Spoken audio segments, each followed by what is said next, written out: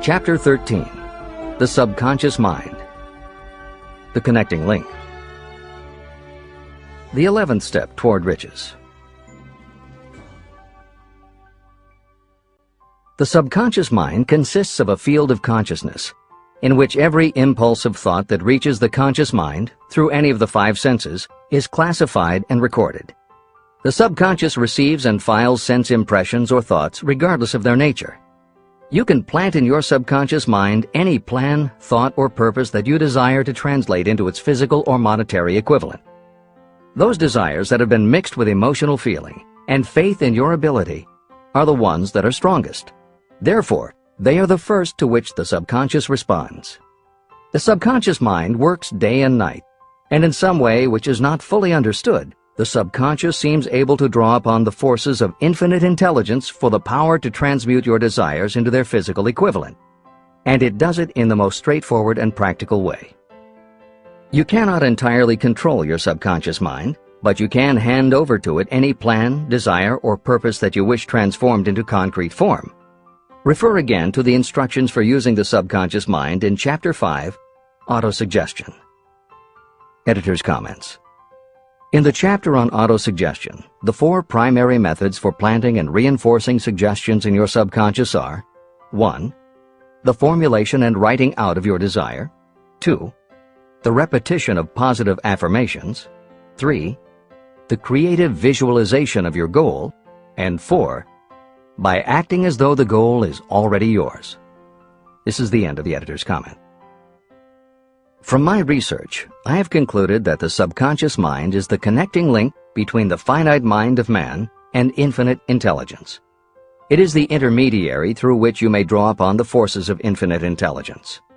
From my research, I have concluded that the subconscious mind is the connecting link between the finite mind of man and infinite intelligence. It is the intermediary through which you may draw upon the forces of infinite intelligence. Only the subconscious mind contains the process by which mental impulses, thoughts, are modified and changed into their spiritual, energy, equivalent. It alone is the medium through which prayer, desire, may be transmitted to the source capable of answering prayer, infinite intelligence. How to energize your subconscious mind for creative effort. The possibilities of what you can do when you connect creative effort with the subconscious mind are stupendous. They inspire me with awe. I never approached the discussion of the subconscious mind without a feeling of littleness and inferiority due to the fact that man's entire stock of knowledge on this subject is so pitifully limited. First, you must accept as a reality the existence of the subconscious mind and what it can do for you. This will enable you to understand its possibilities as a medium for transmuting your desires into their physical or monetary equivalent. And then you will comprehend the full significance of the instructions given in Chapter 3, Desire. You will also understand the importance of making your desires clear and putting them in writing. You will understand as well the necessity of persistence in carrying out instructions. The 13 principles that are the basis of this book are the stimuli with which you acquire the ability to reach and to influence your subconscious mind. Do not become discouraged if you cannot do this on your first attempt. Remember that the subconscious mind can be directed only through habit. You have not yet had time to master faith. Be patient. Be persistent. Editor's comments. There are 2 aspects to Hill's theory of the subconscious mind. There are 2 aspects to Hill's theory of the subconscious mind. One is the concept of the subconscious as the storehouse of all information and thoughts that you have ever experienced. The second is the concept of the subconscious as the gateway to infinite intelligence. In this chapter, Hill focuses primarily on the subconscious as a storehouse. Expanding on the editorial comment about the subconscious mind that appears in the chapter on autosuggestion, proof that the subconscious is a storehouse of information is confirmed in the use of hypnotherapy by psychiatrists. Through hypnosis, psychiatrists are able to help patients open the door to their subconscious so that they can retrieve information about traumatic situations that have been filtered out or repressed by the conscious mind. Further proof is in the use of hypnosis by law enforcement officials to recapture information such as license plate numbers and other details that the conscious mind of a witness has filtered out. Although results vary from person to person, there is no doubt that the subconscious has access to information that the conscious mind does not. This storehouse aspect of the subconscious is what accounts for some ideas that come to us through creative imagination. In some instances, bits of information and ideas that our conscious mind has forgotten will connect with each other on a subconscious level to create a new idea, and that idea will be received by our creative intelligence, which presents it to us as a flash of inspiration. You can't completely control this process, but you can condition yourself to come up with more and better ideas. It is a fact that a traumatic experience, the result of which creates a strongly planted idea, can influence the way a person thinks and acts. If that is true, then by intentionally using all of your efforts to powerfully plant an idea in your subconscious, you should be able to create what would amount to a good traumatic experience that will influence the way you think and act in a positive way. This is exactly how you develop what Hill calls a money consciousness. If you do everything within your power to strongly, firmly, and with complete faith and conviction plant the idea that you will be successful and achieve your desire, your subconscious will accept and store that idea. If you have planted the idea so strongly that it is the dominant idea in your subconscious, it will influence all of the other ideas and information stored there.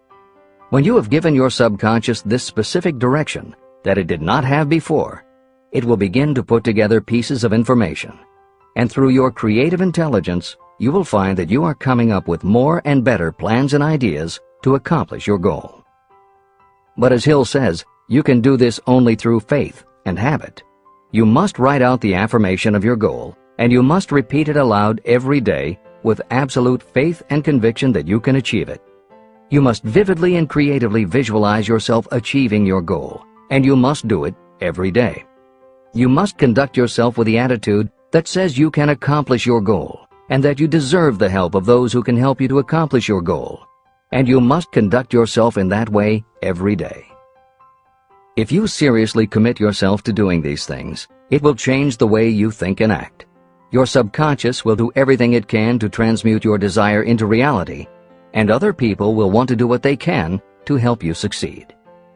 This is the end of the editor's comments. Many statements in the chapters on faith and on autosuggestion are repeated here for the benefit of your subconscious mind. Remember, your subconscious mind functions whether you make any effort to influence it or not. This means that thoughts of fear, poverty, and all negative ideas will affect your subconscious mind unless you master these impulses and give it more desirable food on which it may feed. The subconscious mind will not remain idle. If you don't plant desires in your subconscious mind, it will feed on the thoughts that reach it as the result of your neglect. Both negative and positive thoughts are reaching your subconscious mind continuously. These thoughts come from the four sources. 1. Consciously from other people. 2. Your subconscious. 3. Subconsciously from other people. And 4. Infinite intelligence. Every day, all kinds of thought impulses are reaching your subconscious mind without your knowledge. Some of these impulses are negative, some are positive. Right now, you should be specifically trying to shut off the flow of negative impulses and actively working to influence your subconscious mind through positive impulses of desire.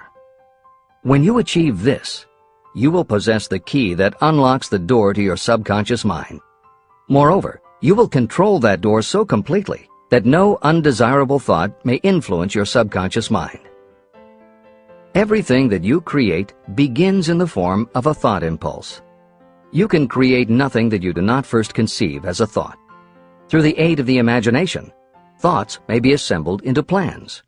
The imagination, when under your control, may be used to create plans or purposes that lead to success in your chosen occupation.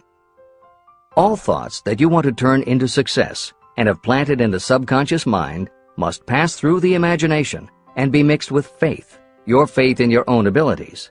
The mixing of faith with a plan or purpose intended for submission to the subconscious mind can only be done through the imagination.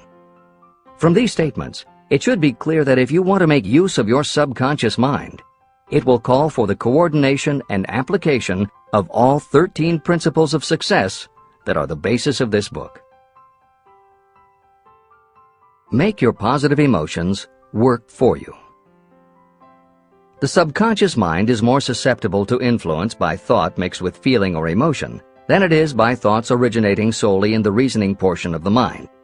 In fact, there is much evidence to support the theory that only emotionalized thoughts have any real influence on the subconscious mind. It is a fact that emotions or feelings rule the majority of people. If it is true that the subconscious mind responds better and faster to thoughts that are well mixed with emotion, it is essential to become familiar with the more important of the emotions. There are 7 major positive emotions and 7 major negative emotions. The negatives get into your thoughts naturally and go directly to your subconscious without any help from you. The positive emotions must be injected by you through the principle of autosuggestion into the thought impulse that you wish to pass on to your subconscious mind. These emotions or feeling impulses may be likened to yeast in a loaf of bread. They are the action element which transforms thought impulses from the passive to the active state. That is why thought impulses that have been well mixed with emotion are acted upon more readily than thought impulses originating in cold reason. Editor's comments. W. Clement Stone, Napoleon Hill's friend, mentor, and business partner, arranged for the publication of many of Napoleon Hill's later writings. The following is adapted from material that appears in 2 of these books, Napoleon Hill's Keys to Success and Believe and Achieve. Enthusiasm is a positive mental attitude, an internal impelling force of intense emotion, a power compelling creation or expression. Being enthusiastic is an impelling external expression of action. When you act enthusiastically, you accentuate the power of suggestion and autosuggestion. The sales manager, public speaker, minister, lawyer, teacher, or executive who acts enthusiastic by speaking in an enthusiastic, sincere manner develops genuine enthusiasm. If you act enthusiastic, your emotions will follow. By filling your conscious mind with enthusiasm, you also impress upon your subconscious mind that your burning obsession and your plan for obtaining it are certain things. Then, if your conscious enthusiasm dims, your subconscious will be there, full of images of your success to help you stoke your conscious fires of enthusiasm once again. This is the end of the editor's comments. You are preparing yourself to influence and control the inner audience of your subconscious mind in order to hand over to it the desire for money, which you wish transmuted into its physical, monetary equivalent. It is essential, therefore, that you understand the method of approach to this inner audience. You must speak its language. It understands best the language of emotion or feeling. Following are the 7 major positive emotions and the 7 major negative emotions. I am listing them here so that you may draw upon the positives and avoid the negatives when giving instructions to your subconscious mind. The 7 major positive emotions. The emotion of desire, the emotion of faith, the emotion of love, the emotion of sex, the emotion of enthusiasm, the emotion of romance, the emotion of hope. There are other positive emotions, but these are the 7 most powerful and the ones most commonly used in creative effort. Master these 7 emotions. They can be mastered only by use, and the other positive emotions will be at your command when you need them. Remember that you are studying a book that is intended to help you develop a money consciousness by filling your mind with positive emotions. The 7 major negative emotions to be avoided. The emotion of fear, the emotion of jealousy, the emotion of hatred, the emotion of revenge, the emotion of greed, the emotion of superstition, the emotion of anger. Positive and negative emotions cannot occupy the mind at the same time. One or the other must dominate. It is your responsibility to make sure that positive emotions constitute the dominating influence of your mind. That is where the law of habit will help you. Form the habit of applying and using the positive emotions. Eventually, they will dominate your mind so completely that the negatives cannot enter it. Only by following these instructions literally and continuously can you gain control over your subconscious mind. The presence of a single negative in your conscious mind is sufficient to destroy all chances of constructive aid from your subconscious mind. Editor's comments. Napoleon Hill's concern about the susceptibility of the subconscious mind to negative thoughts, emotions, and comments is well known to professionals who work with these techniques. In clinical hypnotherapy, there is an axiom referred to as the law of reversed effect, which states that whenever there is a conflict between imagination and willpower, the imagination wins. When you attempt to plant an idea, if the subconscious already harbors a negative, trying to force the new idea has the reverse effect, because the subconscious becomes obsessed with defending its established negative idea. And the harder you try to do something, the more the subconscious resists, and the more difficult it becomes. Even the use of the word try is warned against, because it gives the suggestion to the subconscious of a preconceived failure. The concept of trying implies an ongoing effort. You don't want to try. You want to succeed. If you ask your subconscious to help you try, it may do just that. It may help you try, but it will prevent you from succeeding. Because if you did succeed, then it could no longer help you try, which is what you asked it to do. The cautionary note about using the word try is just one example of the care that should be taken when formulating affirmations and using autosuggestion. The following are some other rules of thumb that most modern experts agree on. 1. Affirmations should always be stated as a positive. Affirm what you do want, not what you don't want. 2. Affirmations work best when they are short and very clear about a single desired goal. Take the time to write, rewrite, and polish your affirmation until you can express your desire in a short statement of precise and well-chosen words. 3. Affirmations should be specific about the desired goal, but not about how to accomplish it. Your subconscious knows better than you what it can do and how it can do it. 4. Do not make unreasonable time demands. Your subconscious can't make anything happen suddenly or now. 5. Just saying the words will have little effect. When you affirm your desire, you must do it with such faith and conviction that your subconscious becomes convinced of how important it is to you. As you affirm your desire to yourself, visualize it in your mind's eye as big as a billboard. Make it big, powerful, and memorable. 6. Repetition of your emotionalized affirmation is crucial. At this time, it is your habit to think one way. By repeating your affirmation often every day, your new way of thinking will begin to be your automatic response. Keep reinforcing it until it becomes second nature to you, and your habit will have become to think the new way, the way you want to think. This is the end of the editor's comments. We form habits based on the degree of reinforcement we receive. Habits make no moral judgments. They can be either good or bad. Both are formed through repetition. If we try something and like the results, we repeat the action. You can replace negative thoughts with positive ones. You can replace inaction with action, and you can form any habit you choose. Your thoughts are the only thing that you can completely control if you choose to do so. You can control your thoughts to control your habits. The secret of effective prayer. Most people resort to prayer only after everything else has failed, or else they pray by a ritual of meaningless words. And because most people who pray do so only after everything else has failed, they go to prayer with their minds filled with fear and doubt. Because fear and doubt are the emotions that are mixed with their prayer, these are the emotions the subconscious mind passes on, and these are the emotions that infinite intelligence receives and acts upon.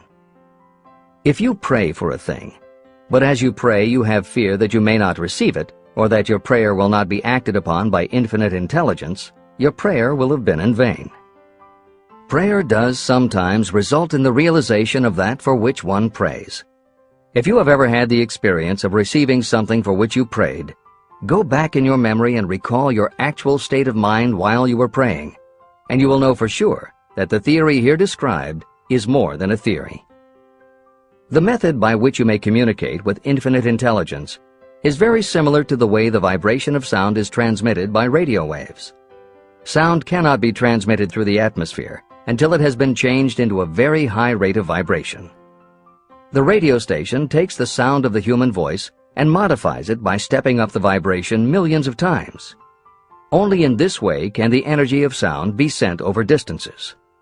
After this transformation has taken place, the energy, which originally was in the form of vibrations of sound, is broadcast or transmitted as a radio signal. When a radio set receives the high-speed transmission, it then reconverts that energy back to its original slower rate of vibration. And when it is stepped down to its original rate, it vibrates the diaphragm of the speaker, which reproduces the original sound of the voice. The subconscious mind is the intermediary that translates prayers or desires into terms that infinite intelligence can receive. The answer comes back to you in the form of a definite plan or idea for procuring the object of your prayer. When you understand this principle, you know why mere words read from a prayer book cannot serve as an agency of communication between the mind of man and infinite intelligence.